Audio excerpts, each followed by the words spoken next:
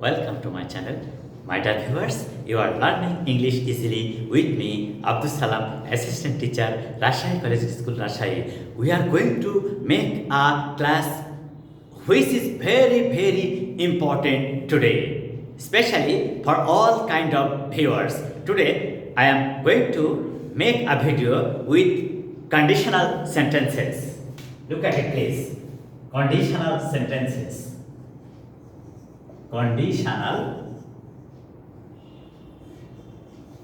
sentences. It is very important for all kind of viewers because when you want to make a sentence which will show some condition for someone to do someone, to request someone, then it is very important how to make a conditional sentences and how to make the situation under the control of condition. Please follow the videos from the very beginning to the end and you will know every part of these sentences and you will be very much happy to learn it. Okay, follow it. First condition. First condition. আচ্ছা, আমরা আজ বলি first condition. এই first condition sentence স্ট্রাকচারটা হয় কিভাবে? আমরা কিন্তু আজকে ক্লিয়ার করব চার ভাবে ফার্স্ট কন্ডিশন তৈরি হয়। কি? প্রথম হচ্ছে ফার্স্ট কন্ডিশনের যে চারটা প্রকার আছে তার প্রথম প্রকার হলো if plus present plus future. এই যে এইটা একটা স্ট্রাকচার। তাহলে কিভাবে হবে? If you work hard you will succeed in life.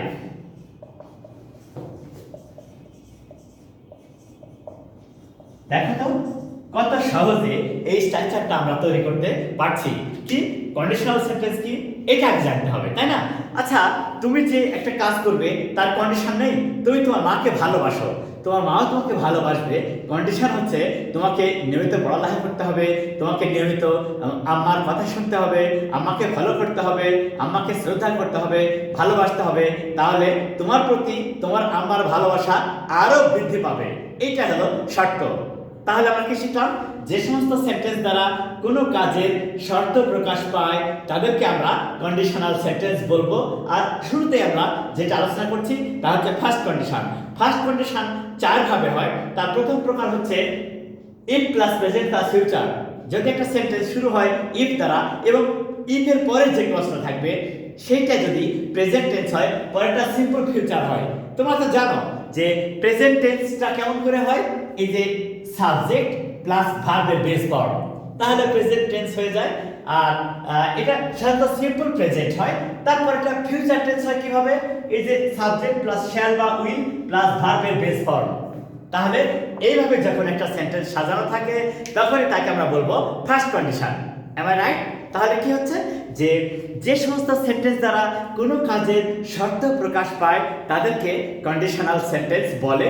আর দেখো, if you work hard you will succeed in life. তুমি যদি কঠোর পরিশ্রম করো তো তুমি জীবনে সফল হবে। আচ্ছা, সফল হওয়ার শর্ত কি? শর্ত হচ্ছে কঠোর পরিশ্রম করা। নিশ্চয়ই তোমরা বুঝতে পেরেছো যে এটা একটা কন্ডিশনাল সেন্টেন্স। তারপরে দুই নাম্বারটা দেখো কিভাবে হচ্ছে কন্ডিশনটা। If plus present plus present. If plus present plus present. দেখো তো এটাও কিন্তু ফার্স্ট কন্ডিশন, কিন্তু এই সেন্টেন্সটা হয় কিভাবে? একে কিন্তু বলা হয় জিরো কন্ডিশন। জিরো কন্ডিশন কেন? জিরো কন্ডিশন কেন? জিরো কন্ডিশন কেন? কারণ এটা সবসময় ইউনিভার্সাল ট্রুথের ক্ষেত্রে হয়।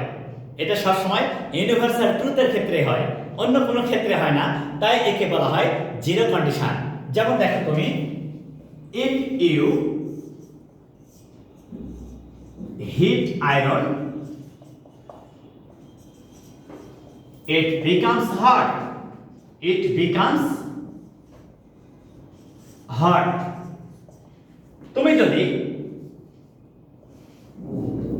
তুমি যদি লোহাতে তাপ দাও তুমি যদি লোহাতে তাপ দাও তাহলে এটা উত্তপ্ত হয়, তাহলে আচ্ছা, লোহাতে তাপ দিলে লোহা যে উত্তপ্ত হয়, এটা কি আজকের কথা না দুনিয়া সৃষ্টি হওয়ার পর থেকে একই নিয়ম চলছে? এটা ইউনিভার্সাল ট্রুথ। এই শুধুমাত্র ইউনিভার্সাল ট্রুথ যখন হবে তখনই কিন্তু এই জিরো কন্ডিশনটা হয়। এটাও একটা ফার্স্ট কন্ডিশন। আমরা আরেকটা উদাহরণ দিলে আরো ক্লিয়ার হয়ে যাবে। দেখি তো কেমন সেটা হয়। If you boil water, if you boil water, it evaporates.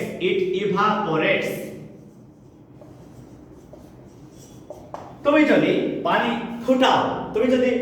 ফুটাও এটা উবিয়ে যায়, মানে বাষ্প হয়ে যায়।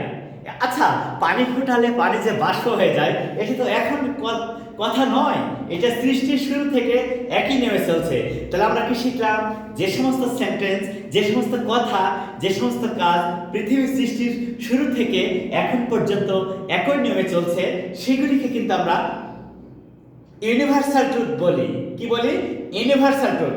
আর এই universal truth, it evaporates, it becomes hard, এগুলি যখন কোনো কন্ডিশনাল সেন্টেন্সে ব্যবহার হয় তখন তাকে আমরা বলি জিরো কন্ডিশন। এইটাও কিন্তু এই ফার্স্ট কন্ডিশনের একটা অংশ। আশা করি তোমাদের এখানে আর কোনো সমস্যা নেই। মূল ব্যাপারটা হচ্ছে যে সবকিছু অত্যন্ত সহজ এবং চমৎকার যদি তা আমরা আমাদের নিজের ইচ্ছা মতো ব্যবহার করতে শিখি।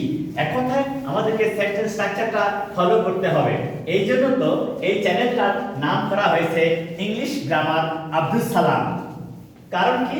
আমরা most of the time we shall discuss the grammatical points which will help you to learn English nicely and it will help you to be smart in English. আচ্ছা, এবারে আরেকটা ফার্স্ট কন্ডিশনের স্ট্রাকচার আছে, সেটা দেখি তো কেমন।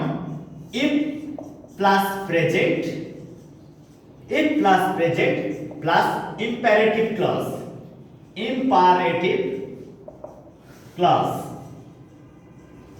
আচ্ছা, ইম্পারেটিভ ক্লজটা কিভাবে তৈরি হয় এটা শেখা দরকার। এটা কিভাবে হয়? ভার্ব প্লাস অবজেক্ট অথবা এক্সটেনশন, এভাবে কিন্তু ইম্পারেটিভ ক্লজটা তৈরি হয়। তাহলে আমরা কি শিখলাম? ইম্পারেটিভ ক্লজটা হয় কিভাবে? আচ্ছা, ইম্পারেটিভ সেন্টেন্সটা হয় কিভাবে? যে সেন্টেন্সগুলি দ্বারা কোনো কাজের আদেশ, উপদেশ, অনুরোধ, নিষেধ প্রকাশ পায় তাদেরকে কিন্তু আমরা ইম্পারেটিভ সেন্টেন্স বলি। তাহলে কিরকম হচ্ছে? The sentences which indicate the order, the request, the warning or advice, we call them imperative sentence. In the same way, the clauses which will indicate the order, the advice, the request or the warning are called imperative clauses. সেই ক্ষেত্রে এইটা একটা মজার কথা বলি, imperative সেন্টেন্সে কোনো subject উল্লেখ থাকে না। এখানে সবসময় ভার্ব প্লাস অবজেক্ট অথবা এক্সটেনশন থাকে। ইম্পারেটিভ সেন্টেন্সে কখনো বা ইম্পারেটিভ ক্লজ কখনো সাবজেক্ট উল্লেখ থাকে না। এখানে সবসময় ভার্ব প্লাস অবজেক্ট অথবা ভার্ব প্লাস এক্সটেনশন থাকে। আশা করি তোমরা বুঝতে পেরেছো। আমরা এবারে উদাহরণ দিলে আরো ক্লিয়ার হয়ে যাবে। কেমন সেটা দেখো তো। ইফ ইউ আর অনেস্ট, তুমি যদি সৎ হও, স্পিক দ্য ট্রুথ, সত্য কথা বলো। স্পিক দ্য ট্রুথ, সত্য কথা বলো। দেখো তো, স্পিক ভার্ব অবজেক্ট প্রেজেন্ট। তাহলে আমরা কি শিখলাম? আমরা একেবারে সহজে শিখলাম। এটা একটা ফার্স্ট কন্ডিশন। সেটা কিভাবে হচ্ছে? সেটা হচ্ছে if plus present plus imperative clause. আর ইম্পারেটিভ ক্লজটা কিভাবে তৈরি হচ্ছে? Verb plus object or verb plus extension. এইভাবে আশা করি তোমাদের এখানে আর কোনো সমস্যা নেই। তাহলে আমরা তিনটা স্ট্রাকচার দেখলাম। ফার্স্ট কন্ডিশন কি? If plus present plus future. তারপরে কি দেখলাম? If plus present plus present. তারপরে কি দেখলাম? If plus present plus imperative. এবারে আমরা এই ফার্স্ট কন্ডিশনেরই আরেকটা স্ট্রাকচার দেখব। দেখা যাক সেটা কিভাবে হয়। ইনশাআল্লাহ আমরা প্রতিটা ওয়ার্ডস এবং প্রতিটা সেন্টেন্স এবং প্রতিটা স্ট্রাকচার চমৎকারভাবে শেখার চেষ্টা করব। দেখি এটা 4 নাম্বার ফার্স্ট কন্ডিশনাল স্ট্রাকচার। সেটা কি? If plus present, if plus present plus subject plus modal plus verb plus object or extension. দেখো এভাবেও কিন্তু একটা ফার্স্ট কন্ডিশন হয়ে যায়, এভাবেও কিন্তু আমরা একটা ফার্স্ট কন্ডিশনাল সেন্টেন্স তৈরি করতে পারি। সেটা কিভাবে পারি এবার দেখো। If you want to become great, if you want to become great, you should follow your mother. তুমি যদি গ্রেট হতে চাও, তুমি যদি অনেক বড় হতে চাও, তোমার উচিত subject plus modal plus verb plus object. তাহলে কি আমরা চমৎকার করে ফার্স্ট কন্ডিশন ব্যবহার করে সেন্টেন্স লিখতে পারছি না? হ্যাঁ পারছি। অনেক সহজে এবং অনেক সুন্দর করে আমরা ফার্স্ট কন্ডিশনের যে 4টা স্ট্রাকচার আছে তা ব্যবহার করে সেন্টেন্স লিখতে পারছি। আরেকটা উদাহরণ দিলে আরো সহজ হবে। যেমন দেখি, if you are a rich man, তুমি যদি একজন ধনী ব্যক্তি হও, you can help the helpless। তুমি যদি ধনী ব্যক্তি হও তাহলে তুমি অসহায়দের সাহায্য করতে পারো। If you are a rich man, তুমি যদি একজন ধনী ব্যক্তি হও তাহলে তুমি অসহায়দের সাহায্য করতে পারো। এই যে সাবজেক্ট প্লাস মডাল প্লাস ভার্বের বেস ফর্ম প্লাস অবজেক্ট। তাহলে আমরা কি শিখলাম? আমরা একেবারে সহজে এবং চমৎকার করে ফার্স্ট কন্ডিশনের 4টা স্ট্রাকচার শিখে ফেলেছি। এবারে এই কন্ডিশনাল সেন্টেন্সের সেকেন্ড ফেজে যাব, সেটা বলা হচ্ছে সেকেন্ড কন্ডিশন। সেটা কিভাবে হচ্ছে এইটা একটু আমরা দেখি। এই সেকেন্ড কন্ডিশনটা কিভাবে হয় এইটা একটু আমরা দেখব। ইনশাআল্লাহ তোমরা প্রতিটা ওয়ার্ডস এবং সেন্টেন্স স্ট্রাকচার এবং এক্সাম্পল ফলো করবা, নিজেরা প্রত্যেকটা সেন্টেন্স লিখো, তাহলে বুঝতে পারবা। সেকেন্ড কন্ডিশন, সেকেন্ড কন্ডিশন এটা কিভাবে হচ্ছে? চমৎকার। কেমন দেখো তো। If plus simple past, simple past, if plus simple past plus past conditional, past conditional. এইভাবে if plus simple past plus past conditional, এইভাবে কিন্তু আমরা সেকেন্ড কন্ডিশন তৈরি করতে পারি। কত চমৎকার। আচ্ছা প্রথমে সিম্পল পাস্টটা কি? এইটা কি? এইটা হচ্ছে দেখো তো, সাবজেক্ট প্লাস ভার্ব এর past form, past form plus object অথবা এক্সটেনশন। আচ্ছা এইভাবে যখন সাজানো থাকে তখনই কিন্তু আমরা শিওর হয়ে যাই এটা একটা সিম্পল পাস্ট টেন্স। কিভাবে হয়? যখনই সেন্টেন্সে উল্লেখ থাকে যে এই সাবজেক্ট প্লাস ভার্বের পাস্ট ফর্ম প্লাস অবজেক্ট অথবা এক্সটেনশন, তখন আমরা শিওর যেটা সিম্পল পাস্ট টেন্স হয়। আর পাস্ট কন্ডিশনালটা কি হয়? It is very interesting, look at it please. এই যে পাস্ট কন্ডিশনালটা এটা চলে আসলো এখানে। পাস্ট কন্ডিশনালটা কিভাবে হচ্ছে সেটা দেখো। Subject plus would, could, might, subject plus would, could, might plus base form of verb, base form of verb plus object অথবা এক্সটেনশন। দেখো এভাবে যদি আমরা একটা সেন্টেন্স লিখি তাহলে কিন্তু আমাদের সেকেন্ড কন্ডিশনটা হয়ে যাচ্ছে এবং সেটা অনেক সহজ এবং চমৎকার ভাবে হচ্ছে। তাহলে সিম্পল পাস্টটা কি? সিম্পল পাস্টটা হচ্ছে সাবজেক্ট প্লাস ভার্বের পাস্ট ফর্ম প্লাস সাবজেক্ট অথবা এক্সটেনশন, এটা সিম্পল পাস্ট। Okay nice. আর পাস্ট কন্ডিশনালটা কি? পাস্ট কন্ডিশনাল হচ্ছে সাবজেক্ট প্লাস সাবজেক্টের পরে উড, কুড, মাইট প্লাস ভার্বের বেস ফর্ম। একটা ছোট্ট কথা বলি, খুব ইন্টারেস্টিং এবং ইম্পর্টেন্ট। সেটা কি? যে কোনো modals can, could, may, might, shall, should, will, would, had better, would rather, be going to must, need, have to, has to, had to, am to, is to, are to. এদের সবার পরে ভার্বের base form হয়। এদের সবার পরে ভার্বের base form হয়। তাহলে কত সহজে আমরা এখন এই সেন্টেন্সটা লিখতে পারবো সেটাই এখন দেখছি। এবার দেখো তো আমরা এবারে ওই সেন্টেন্সটা কিভাবে হবে সেটা নিয়ে কাজ করব। আমরা এর সঙ্গে স্ট্রাকচারটার সঙ্গে ফলো করতে পারছি কিনা সেটা নিয়ে দেখবো। এবার দেখো, if you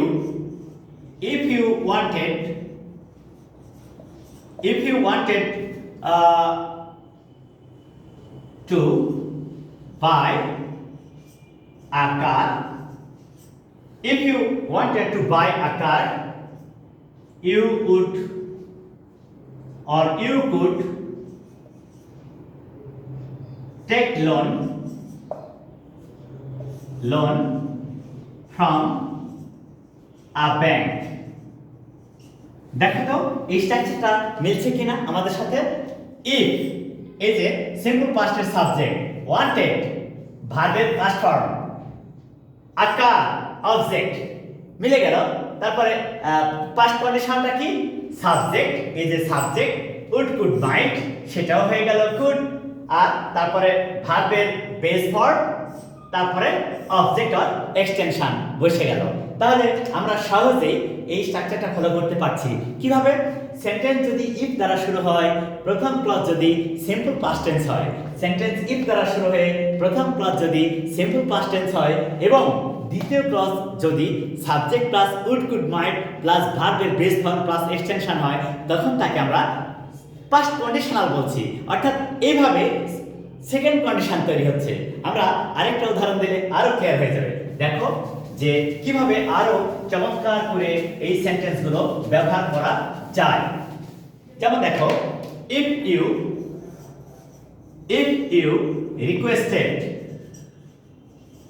requested your friends, if you requested your friends, they would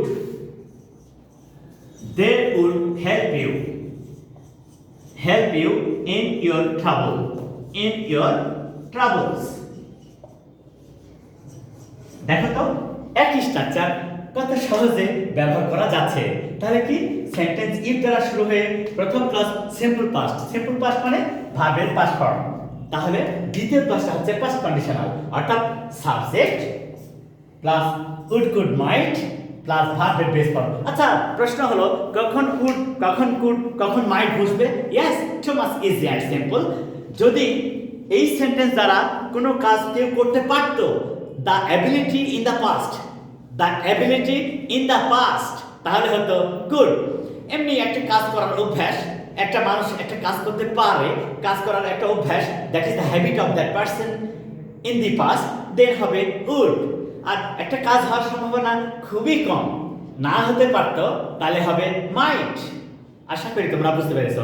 আবারও বলছি, একজন ব্যক্তি একটা কাজ করতে পারত, ওই ব্যক্তির ওই কাজটা করার অ্যাবিলিটি ছিল, তখন আমরা মডালস ব্যবহার করব কুড। আর এমনি অতীতকালের অনিয়মিত একটা কাজের অভ্যাস, তখন ব্যবহার করব উড। আর একটা কাজ হওয়ার সম্ভাবনা খুবই কম, সেক্ষেত্রে মাইট। আমরা আর একটা সেন্টেন্স উদাহরণ দিই, আজকের ক্লাসটা শেষ করব, এবং সেটা অত্যন্ত ইম্পর্টেন্ট সেন্টেন্স, যা অত্যন্ত ইম্পর্টেন্ট, যা না হলে কন্ডিশনাল সেন্টেন্সগুলো পূর্ণতা লাভ করে না। এমন একটা সেন্টেন্স এবারে নিয়ে আসছি, যা না হলে কন্ডিশনাল সেন্টেন্সগুলো পূর্ণতা লাভ করবে না। সেটা কি? Third condition. সেটা কি? Third condition. সেটা কি? এবার দেখো, সেন্টেন্স ইফ অথবা হ্যাড দ্বারা শুরু হবে, প্রথম ক্লজ পাস্ট পারফেক্ট হবে, আর দ্বিতীয় ক্লজটা হবে পাস্ট পারফেক্ট, দ্বিতীয় ক্লজটা হবে পারফেক্ট কন্ডিশনাল।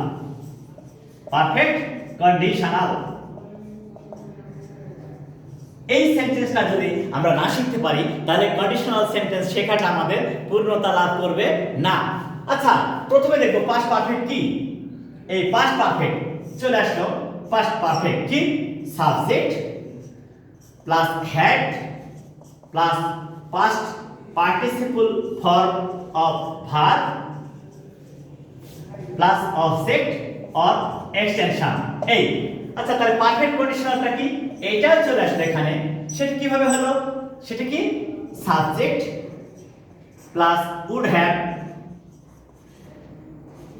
অথবা কুড হ্যাভ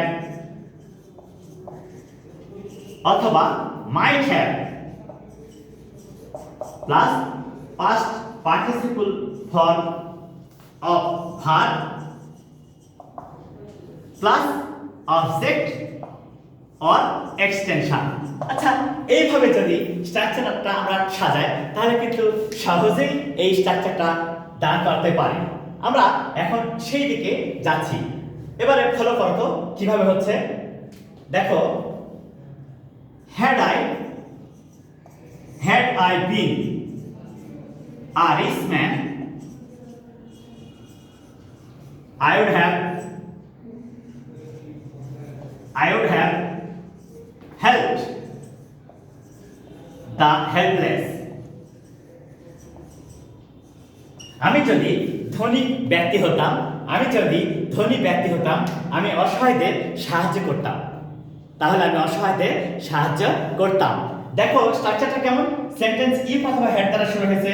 প্রথম ক্লজ পাস্ট পারফেক্ট, তারপরে second clause subject plus would have, could have, might have plus ভার্বের পাস্ট পার্টিসিপল ফর্ম। একদম সহজ। এইভাবে যদি আমরা ফলো করি তাহলে সহজেই এই পারফেক্ট কন্ডিশনাল বা থার্ড কন্ডিশনাল ইউজ করতে পারবো। আমরা আর একটা উদাহরণ দিয়ে সেন্টেন্সটা শেষ করব। দেখো, if you